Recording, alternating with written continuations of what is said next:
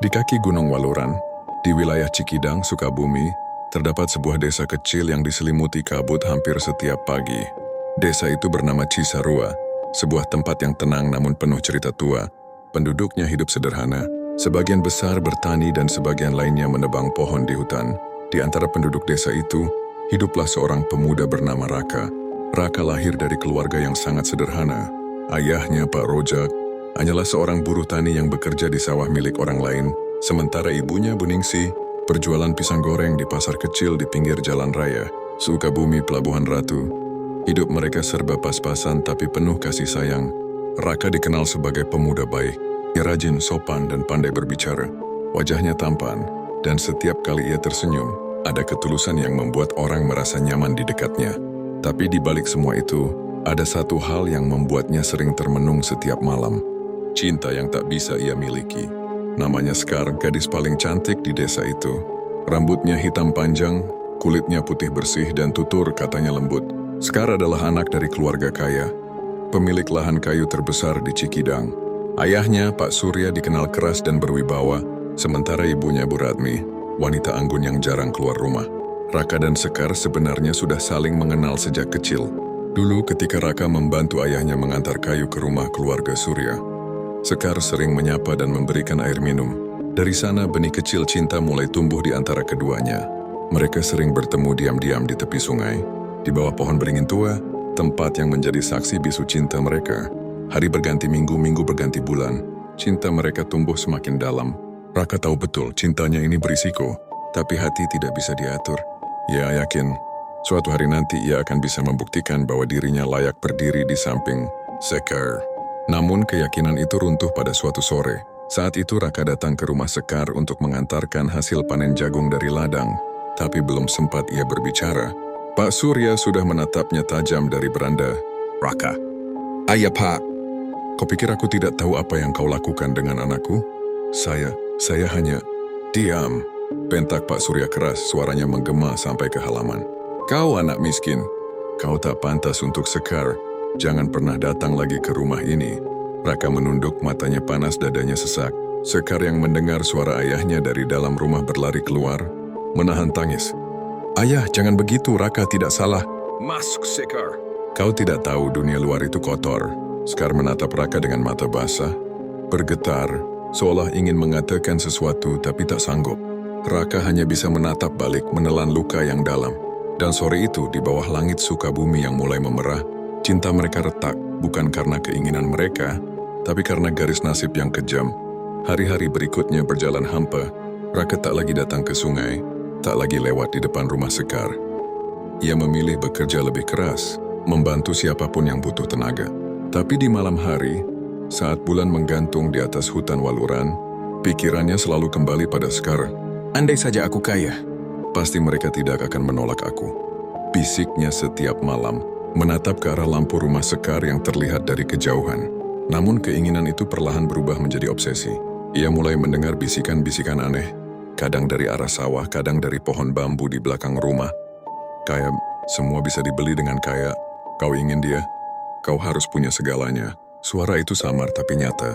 Raka mencoba menutup telinga, tapi setiap kali ia berusaha tidur, suara itu makin jelas. Sampai suatu malam ia bermimpi. Dalam mimpinya ia melihat seekor monyet hitam besar duduk di atas batu, menatapnya dengan mata merah menyala. Monyet itu berbicara, suaranya berat seperti suara manusia. Aku bisa memberimu apa yang kau mau, Raka. Siapa engkau? Aku yang bisa mengubah hidupmu. Tapi dengan satu syarat, kau harus berani membayar harga dari apa yang kau inginkan. Raka terbangun dengan tubuh basah oleh keringat. Ia mencoba menganggap itu hanya mimpi buruk, tapi ketika ia keluar rumah, ia menemukan jejak kaki kecil seperti tangan monyet di tanah basah depan pintunya. Jejak itu menuju ke arah hutan Waluran. Keesokan harinya ia pergi menemui Mak Ijah, seorang dukun tua yang tinggal di pinggir hutan.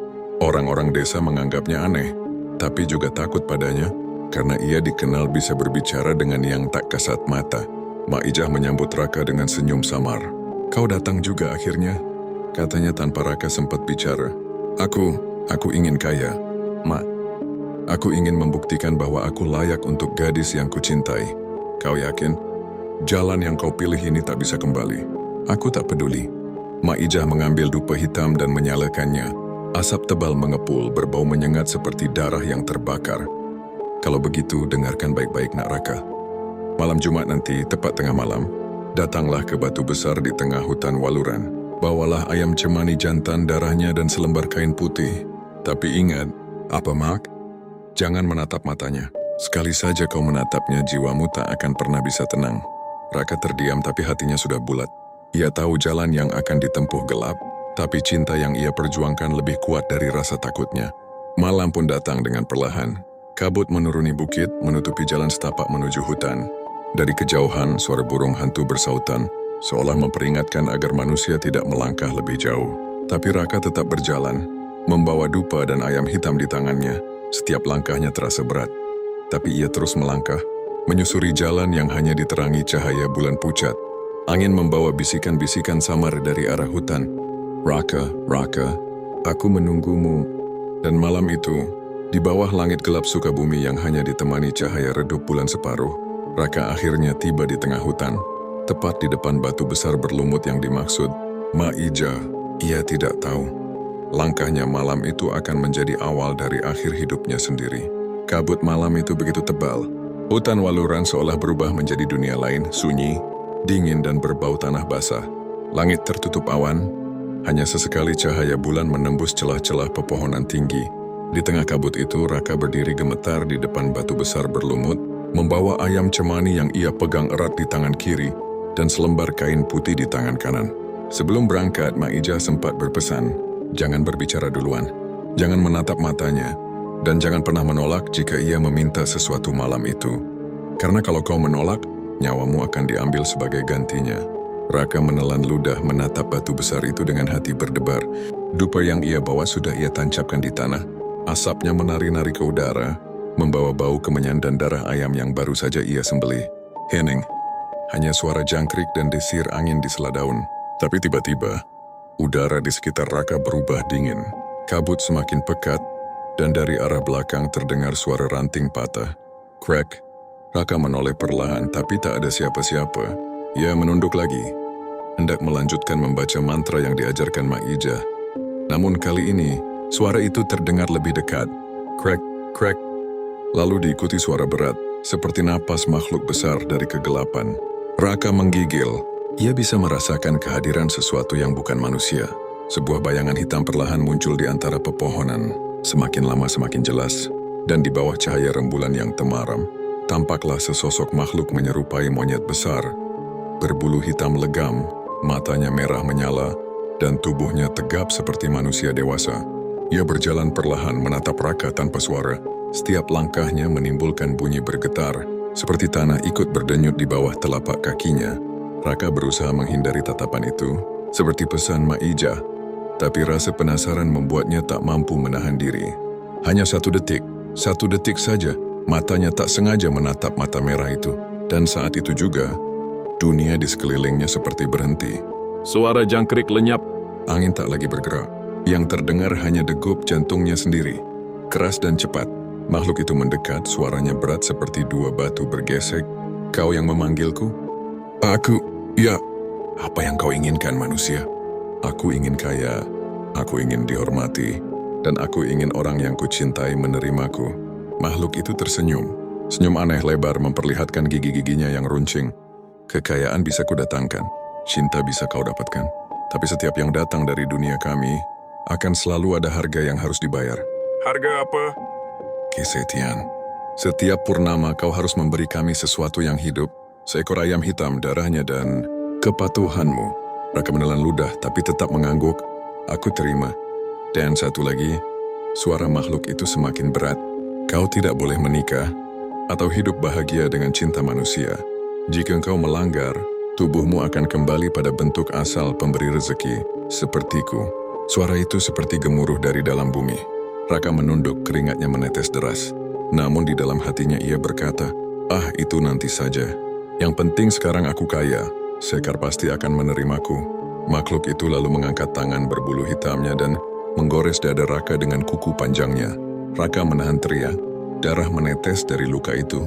Makhluk itu menjilat darah Raka, lalu menekan telapak tangannya ke dada sang pemuda. Saat itu Raka merasakan panas luar biasa menjalar ke seluruh tubuh, seperti terbakar dari dalam. Mulai malam ini, kau adalah bagian dari kami. Setiap keinginanmu akan terpenuhi, asal kau menepati janjimu. Setelah berkata demikian, makhluk itu berbalik, lalu berjalan masuk ke dalam kabut. Tapi sebelum menghilang sepenuhnya, suaranya bergema dari kegelapan. Ingat Raka, dunia akan tunduk padamu. Tapi jangan pernah mencoba menipu kami. Dan tiba-tiba kabut hilang. Dupa padam, suasana hutan kembali seperti semula. Raka berdiri sendirian, dengan dada masih perih dan darah yang mengalir lambat. Tapi di wajahnya, ada senyum yang aneh, campuran antara lega dan ketakutan. Keesokan paginya, hidup Raka mulai berubah. Saat ia berjalan ke pasar membawa keranjang pisang goreng milik ibunya, tiba-tiba seseorang memanggilnya. Raka, tunggu. Itu Pak Harto, juragan kayu kaya dari kampung sebelah. Aku dengar kau pandai mengatur kayu tebangan. Mau kerja denganku? Gajinya 2 kali lipat dari buruh biasa. Raka terkejut. Ia tak pernah melamar pekerjaan apapun. Tapi tawaran itu datang begitu saja. Hari pertama bekerja, semua berjalan lancar. Tapi yang aneh, setiap kali Raka memegang kayu yang akan dijual, kayu itu tampak lebih kokoh dan mahal nilainya. Para pembeli berebut, dan nama Raka mulai dikenal. Dalam waktu sebulan, ia sudah dipercaya menjadi kepala pekerja. Dalam 3 bulan, ia sudah bisa membeli sepeda motor. Dan dalam setahun, ia membangun rumah megah di pinggir jalan utama Cikidang. Semua orang terkejut melihat perubahan itu. Hebat sekali si Raka sekarang. Dulu cuma anak buruh tani, sekarang rumahnya paling besar di kampung. Katanya bisnis kayunya maju pesat, banyak yang cari dia. Tapi anehnya, tiap malam Jumat Kliwon, selalu ada ayam hitam dibawa ke arah hutan. Desas-desus mulai terdengar. Tapi Raka tak peduli. Ia sibuk dengan kekayaannya yang terus bertambah. Namun satu hal yang paling ia tunggu adalah Sekar. Ia ingin menunjukkan bahwa dirinya kini pantas. Suatu hari Raka datang ke rumah keluarga Sekar dengan mobil barunya. Pak Surya dan Bu Ratmi terkejut melihat penampilannya, yang kini berjas dan bersepatu mengilap. Selamat sore Pak Surya, saya Raka. Dulu anak buruh tani di ladang Bapak. Sekarang saya punya usaha sendiri, dan saya datang ingin meminang Sekar secara baik-baik. Pak Surya terdiam lama. Dulu ia mengusir Raka dengan hinaan, tapi sekarang ia melihat pemuda itu jauh lebih mapan darinya. Baiklah, kalau begitu bicarakan dengan Sekar. Aku tak punya alasan menolak. Sekar menangis haru saat melihat Raka kembali. Raka, ini benar-benar kamu? Ya Sekar, semua yang kulakukan hanya untukmu. Mereka berdua kembali dekat. Setiap sore Raka menjemput Sekar dengan mobil barunya, berjalan di jalanan desa yang dulu hanya bisa ia lalui dengan kaki penuh lumpur. Semua orang menatap iri. Namun kebahagiaan itu menyimpan bayangan gelap. Karena setiap malam Jumat, tanpa pernah absen, Raka harus memenuhi perjanjiannya. Ia akan pergi ke hutan Waluran membawa ayam cemani dan darahnya. Di sana, di bawah batu besar itu, suara makhluk hitam itu selalu datang. Kau menepati janjimu, Raka. Bagus. Lihat, dunia tunduk padamu. Ya, aku sudah punya segalanya. Belum. Kau belum punya cinta sepenuhnya, kan? Aku akan menikah dengannya sebentar lagi. Hati-hati. Jangan langgar janjimu. Suara itu bergema lama lalu hilang. Tapi Raka tak menghiraukannya. Baginya, semua itu hanya ancaman kosong. Ia telah berjuang terlalu jauh untuk mundur sekarang. Dan malam itu, ketika ia berjalan pulang dari hutan, angin berhembus aneh. Pohon-pohon berderak.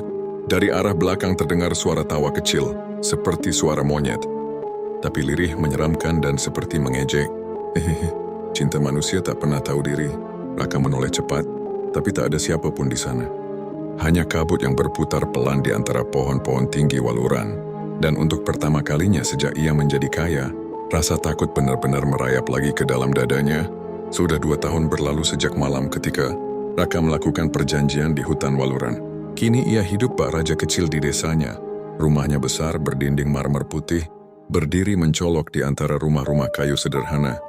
Di sepanjang jalan Cisarua, usaha kayunya berkembang pesat. Truk-truk pengangkut datang dan pergi setiap hari, membawa hasil tebangan yang laris sampai ke kota Sukabumi.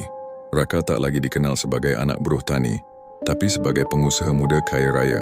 Namun di balik semua kemegahan itu, ada sesuatu yang perlahan berubah dari dirinya. Tubuhnya semakin kurus, matanya sering merah dan sayu.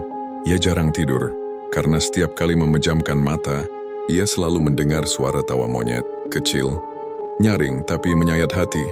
Hehehe, Sudah kaya tapi lupa janjinya ya. Kadang suara itu datang dari atap rumah, kadang dari dapur, kadang dari bawah tempat tidur. Raka mencoba menutup telinga, tapi suara itu seakan berasal dari dalam kepalanya sendiri. Ia semakin sering marah-marah tanpa sebab.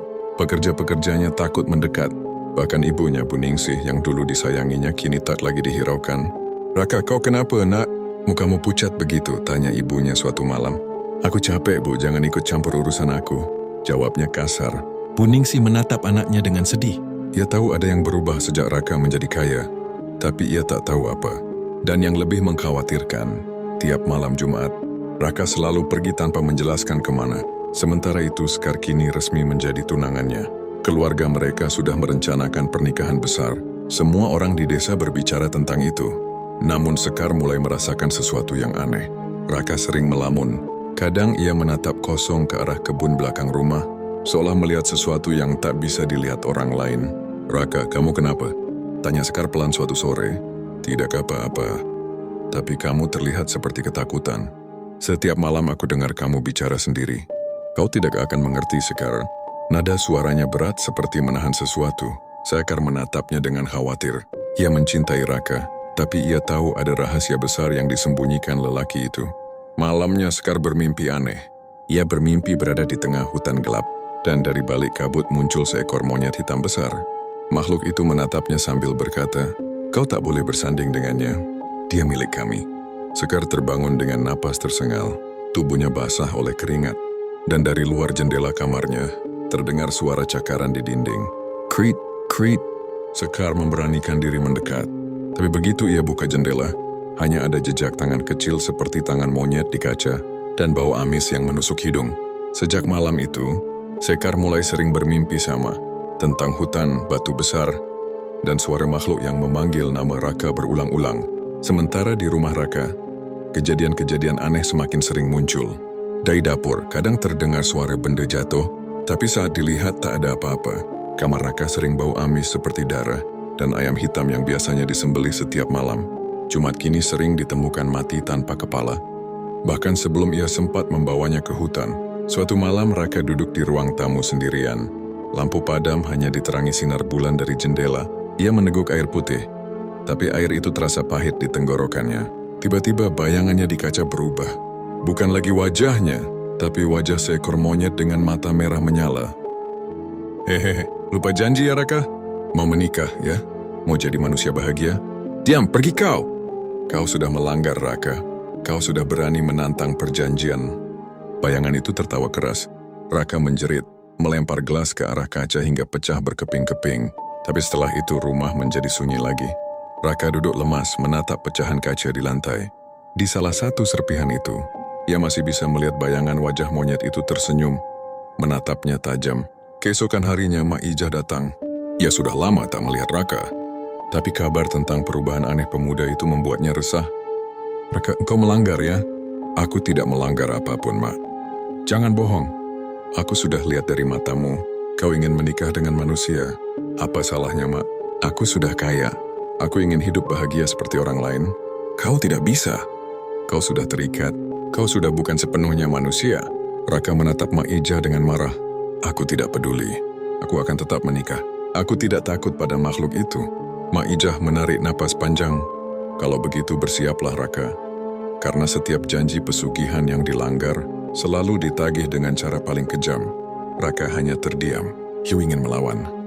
Tapi jauh di dalam dirinya ia tahu ucapan Mak Ijah benar. Namun egonya menolak. Malam itu angin di Sukabumi bertiup aneh. Langit gelap pekat tanpa bintang. Suara anjing menggonggong bersahutan di kejauhan. Raka tak bisa tidur.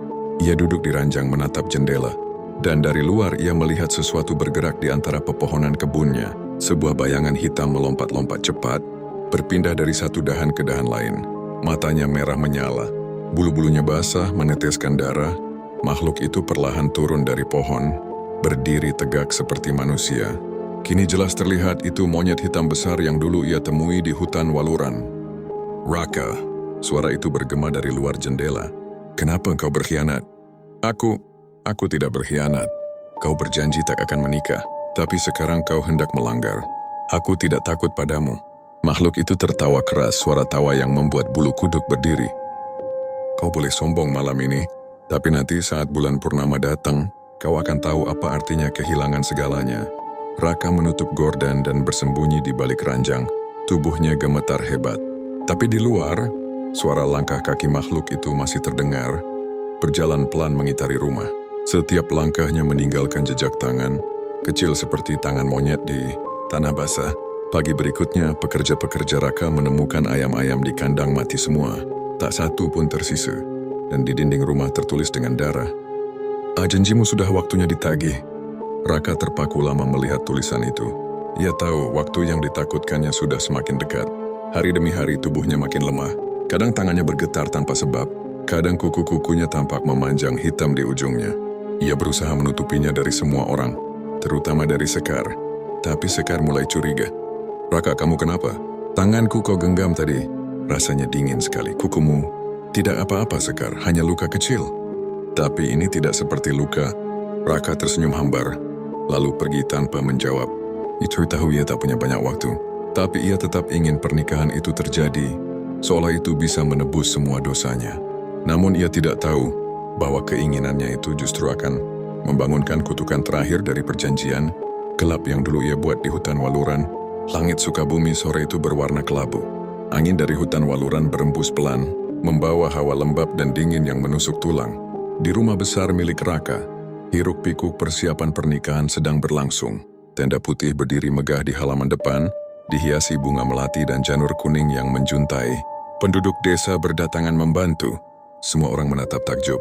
Siapa sangka, anak kamu, buruh tani yang dulu miskin kini akan menikahi anak juragan kayu paling kaya di desa itu. Namun di balik senyum dan ucapan selamat, ada bisik-bisik kecil yang tak bisa disembunyikan. Kau dengar, katanya tiap malam Jumat rumah Raka suka ada suara monyet. Mungkin cuma gosip. Tapi aku pernah lewat. Waktu itu aku lihat bayangan besar di atap rumahnya. Matanya merah. Jangan bicara begitu, nanti dia dengar. Gosip-gosip itu menyebar cepat, seperti asap dupa di angin malam. Tapi Raka tidak peduli. Ia hanya ingin satu hal, menikahi Sekar. Meski tubuhnya mulai berubah, kulitnya semakin kasar, matanya kadang memerah saat malam. Ia terus memaksakan diri tersenyum. Aku sudah terlalu jauh untuk mundur, batinnya. 3 hari sebelum pernikahan, Sekar datang ke rumah Raka sendirian. Hujan turun pelan, membuat halaman berbau tanah basah. Ia mengetuk pintu tapi tak ada jawaban. Setelah menunggu beberapa saat, ia memberanikan diri masuk. Rumah itu gelap, lampu tak dinyalakan, hanya cahaya dari luar yang masuk melalui celah-celah jendela. Di ruang tamu, tercium bau kemenyan menyengat, dan dari arah kamar Raka, terdengar suara aneh, seperti suara napas berat disertai geraman kecil. Raka? Panggil Sekar perlahan. Tak ada jawaban. Ia melangkah mendekat, jantungnya berdegup cepat. Suara itu semakin jelas. Saat pintu kamar terbuka, Sekar menahan napas. Di dalam ruangan, Raka duduk di lantai bersila. Di depannya ada ayam cemani tanpa kepala, dan darahnya ia oleskan di dada sendiri. Matanya merah, wajahnya pucat, dan di punggungnya tampak bulu-bulu halus hitam mulai tumbuh. Raka, jerit Sekar. Raka menoleh cepat. Tapi matanya bukan lagi seperti mata manusia. Ia berdiri, tubuhnya gemetar. Sekar, kau tidak boleh di sini. Pergi. Apa yang kau lakukan? Kenapa kau begitu? Aku cuma menepati janji. Jangan tanya apa-apa. Tolong pergi. Sekar berlari keluar dengan air mata menetes. Ia tidak tahu apa yang sebenarnya terjadi pada lelaki yang ia cintai. Tapi malam itu ia mulai sadar. Kekayaan Raka bukan berasal dari kerja keras semata. Ada sesuatu yang jauh lebih gelap dari itu. Malam berikutnya desa Cisarua diliputi ketegangan. Beberapa warga melapor melihat bayangan besar berlari di antara pepohonan dekat rumah Raka. Anjing-anjing menyalak tanpa henti, dan ayam-ayam di kandang milik warga mati mendadak. Mak Ija, yang sejak awal sudah memperingatkan Raka, akhirnya datang ke rumah itu membawa dupa dan segenggam bunga 7 rupa. Ia menatap Raka dengan pandangan iba. Aku sudah bilang, nak. Kau tak bisa melawan mereka. Aku tidak mau kehilangan Sekar, Ma. Kalau kau tetap menikah, bukan hanya kau yang celaka. Gadis itu pun akan dibawa bersama jiwamu. Raka terdiam. Keringat dingin menetes dari pelipisnya. Aku mencintainya, Ma. Cinta yang kau bangun di atas darah dan perjanjian takkan pernah berakhir bahagia, Raka. Mak Ijah menyalakan dupa dan mulai membaca mantra pelan. Tapi tiba-tiba, asap dupa berubah arah, berputar kencang lalu padam dengan sendirinya. Dari atap rumah terdengar suara keras, seperti benda berat melompat. Dag, dag, dag. Suara itu berpindah cepat ke dinding luar, lalu ke atap dapur. Dia sudah datang, bisik Mak Ija dengan wajah tegang. Makhluk itu tahu kau mencoba memutus perjanjian. Lampu rumah tiba-tiba berkedip lalu padam. Hanya cahaya bulan yang masuk lewat jendela. Dari kegelapan terdengar suara tawa lirih. Hahaha, mau menikah, ya? Suara itu jelas tajam dan membuat darah Raka membeku. Ia menatap ke arah jendela, dan di sana dua mata merah besar menatapnya dari luar. Aku datang untuk menagih janji, Raka. Pergi, aku sudah beri semua yang kau minta. Belum, janjimu belum lunas. Kau hendak bersatu dengan manusia. Itu pengkhianatan. Raka menjerit dan melempar dupa yang tersisa. Tapi suara tawa itu hanya semakin keras. Mak Ijah menarik Raka ke tengah ruangan, menggambar simbol di lantai dengan kapur putih sambil membaca doa cepat-cepat. Tapi angin kencang masuk dari jendela, meniup semua benda di meja. Suara dentuman keras terdengar dari atap, dan plafon rumah runtuh sebagian. Dari lubang itu, sesosok monyet hitam besar melompat turun, berdiri tegak dengan dada membusung dan gigi tajam meneteskan darah. Bulu-bulunya berkilat di bawah cahaya bulan. Ia menatap Raka dengan tatapan tajam penuh kebencian. Mak Ijah berteriak, "Raka, jangan tatap matanya." Tapi terlambat, Raka sudah menatap langsung. Tubuhnya langsung gemetar, dan dari matanya mengalir air berwarna merah. Ia memegangi dada, terbatuk, lalu jatuh tersungkur. Makhluk itu mendekat, mengulurkan tangan berbulu hitamnya ke wajah Raka. "Kau milikku, Raka. Aku sudah memberi segalanya. Sekarang giliranmu membayar." Suara itu bergema seperti ribuan suara bersatu. Mak Ijah mencoba melindungi Raka dengan doa, tapi tubuhnya sendiri terlempar ke dinding oleh kekuatan tak terlihat. Sebelum pingsan, ia sempat melihat bulu-bulu hitam tumbuh cepat di seluruh tubuh Raka, dan wajahnya perlahan berubah. Hidungnya menjorok, giginya memanjang, tangannya mengecil seperti tangan hewan. Keesokan paginya, warga desa berdatangan. Mereka menemukan rumah Raka porak-poranda. Mak Ijah tergeletak di sudut ruangan, lemah tapi masih hidup. Namun Raka hilang tanpa jejak. Di lantai, hanya tersisa jejak kaki dan tangan kecil seperti tangan monyet, menuju ke arah hutan waluran. Dari kejauhan, beberapa warga bersumpah melihat sosok hitam melompat di antara pohon, lalu menghilang ke dalam kabut. Sekar datang dengan mata sembab. Ia berlari ke dalam rumah memanggil nama Raka berulang-ulang. "Raka, Raka di mana?" Tapi tak ada jawaban. Hanya angin lembab yang berhembus pelan, membawa bau amis darah. Mak Ijah yang sudah sadar memandang Sekar dengan sedih. Dia telah diambil, nak. Kutukan itu sudah lengkap. Sekar menangis keras. "Tidak mungkin. Dia berjanji akan menikahiku. Cinta kalian sudah terikat dunia lain." "Sekar, tidak ada yang bisa memutuskannya." Sekar terjatuh lemas dan malam itu ia tidak berhenti memanggil nama Raka.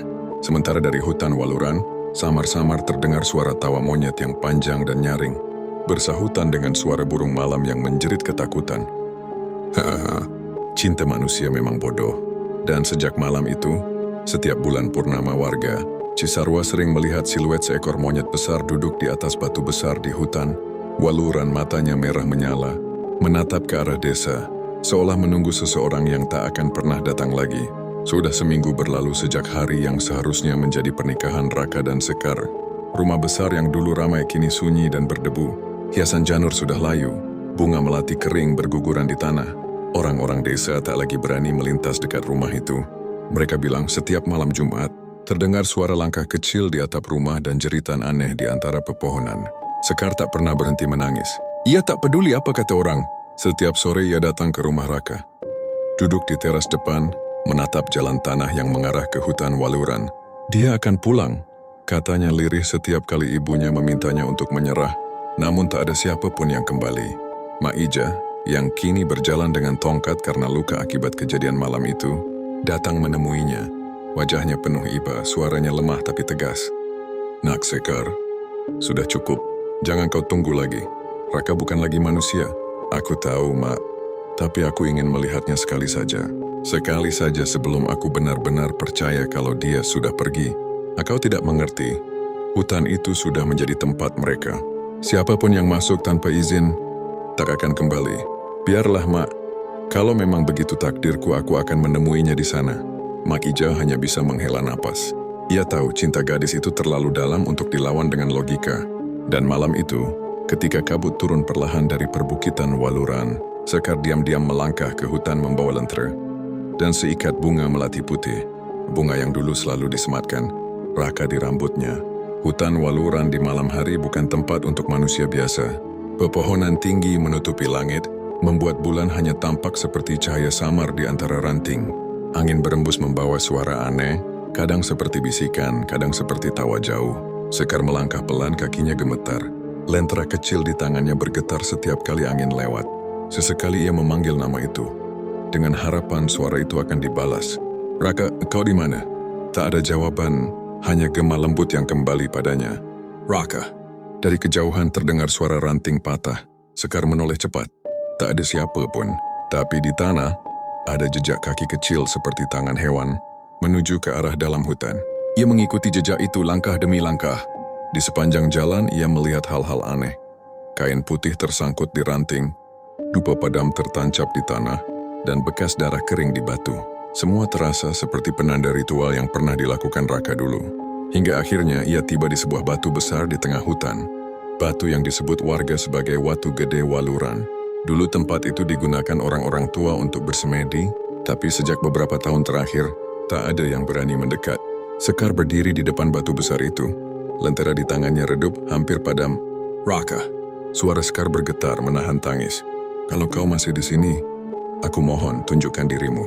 Aku tidak akan lari, aku hanya ingin melihatmu." Angin berhenti, sunyi begitu pekat, bahkan suara jangkrik pun hilang. Dan dari balik batu muncul bayangan hitam besar berjalan perlahan ke arahnya. Mata Sekar membesar. Bayangan itu mendekat menampakkan wujudnya. Tubuhnya tertutup bulu hitam tebal, matanya merah menyala, dan di dadanya tergantung kalung kecil.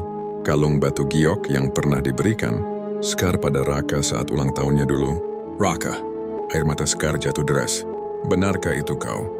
Makhluk itu berhenti beberapa langkah di depannya. Nafasnya berat seperti menahan sesuatu. Ia menunduk, lalu mengeluarkan suara serak lirih, samar tapi jelas. "Sekar." Sekar terisak. Ia mendekat perlahan tanpa rasa takut. "Aku tidak peduli wujudmu seperti apa. Aku hanya ingin bersamamu. Aku menunggu terlalu lama, Raka." Makhluk itu menggigil. Ia berusaha mengangkat tangannya, tapi setiap kali mendekati Sekar, tubuhnya seperti disetrum oleh kekuatan tak terlihat. Matanya memerah dan suara tawa lain bergema dari balik pepohonan. "Tidak boleh. Manusia tak boleh menyentuh peliharaanku." Suara itu datang dari segala arah. Suara yang pernah didengar Raka pada malam ia dikutuk. Makhluk monyet itu meraung keras, memegangi kepalanya seolah menahan rasa sakit yang luar biasa. Sekar berteriak, "Lepaskan dia. Dia bukan milikmu." Dari balik kabut muncul bayangan tinggi berjubah hitam dengan mata kuning menyala. Wujudnya samar seperti kabut yang hidup. Dia sudah berjanji, "Jiwanya sudah jadi milikku. Jangan ikut campur perempuan. Aku akan ikut bersamanya. Kalau jiwanya milikmu, ambil juga jiwaku." Bayangan itu tertawa panjang, suaranya menggema di seluruh hutan. "Kau berani, gadis kecil?" "Aku tidak takut." Tiba-tiba angin kencang bertiup. Lentera di tangan Sekar padam. Hutan menjadi gelap total. Sekar hanya bisa merasakan tangan kasar dan berbulu menyentuh pipinya, tangan Raka. "Pergi, Sekar. Aku tak ingin kau ikut terkutuk." "Tidak. Aku sudah berjanji akan selalu bersamamu." Dalam kegelapan itu, Sekar merasakan tubuh Raka bergetar hebat. Lalu suara jeritan panjang terdengar. Suara itu tak seperti jeritan manusia. Campuran antara tangis dan raungan binatang. Tanah di sekitarnya bergetar, dan cahaya merah keluar dari batu besar, memancar seperti api. Makhluk berjubah hitam menjerit marah, lalu kabut menyelimuti semuanya. Sekar mencoba memeluk Raka, tapi tubuh itu perlahan larut dalam kabut hitam, menghilang dari pelukannya. Yang tersisa hanya kalung batu giok yang jatuh ke tanah. Keesokan paginya, warga menemukan Sekar pingsan di dekat batu besar itu. Tubuhnya lemah, wajahnya pucat, tapi ia masih hidup. Ketika sadar, ia memegang kalung giok itu erat-erat. "Dia sudah tenang sekarang," katanya pelan. Tak ada yang mengerti apa yang dimaksud Sekar. Namun sejak hari itu ia tak pernah berbicara tentang Raka lagi. Ia hidup menyendiri, sering terlihat berjalan ke arah hutan membawa bunga melati. Beberapa orang desa mengatakan, setiap kali Sekar datang ke hutan, kabut akan turun lebih tebal dari biasanya. Dan pada suatu malam purnama, Sekar tak pernah kembali. Warga yang mencarinya hanya menemukan bunga melati berserakan di sekitar, Batu besar dan kalung giok yang bersinar, samar di bawah cahaya bulan. Kini, bertahun-tahun telah berlalu. Warga Cisarua masih mengenang kisah itu sebagai legenda Waluran, kisah cinta yang berakhir dengan kutukan. Mereka percaya setiap kali bulan purnama tiba, dari arah hutan akan terdengar suara dua makhluk, satu menyerupai monyet besar, satu lagi seperti suara perempuan yang memanggil dengan lembut. Raka. Sekar, suara itu datang bergantian, lalu menghilang bersama kabut malam. Maija yang kini sudah renta, masih sesekali menyalakan dupa di depan rumah lamanya. Ia menatap ke arah hutan dan berbisik, "Semoga kalian tenang di sana, nak." Di kejauhan di antara pepohonan gelap Waluran, sepasang cahaya merah tampak berkelip, seperti dua mata yang tak pernah berhenti menatap dunia manusia. Dan kadang bila malam terlalu sunyi, suara tawa lirih terdengar. Cinta manusia memang bodoh. Lalu hutan kembali tenang, menyimpan rahasia itu untuk selamanya. Sebuah kisah cinta dan keserakahan yang berubah menjadi legenda kelam Sukabumi, tentang lelaki yang menukar jiwanya dengan kekayaan dan perempuan yang menukar hidupnya demi cinta. Terima kasih sudah menonton. Jangan lupa like, comment, share, dan subscribe.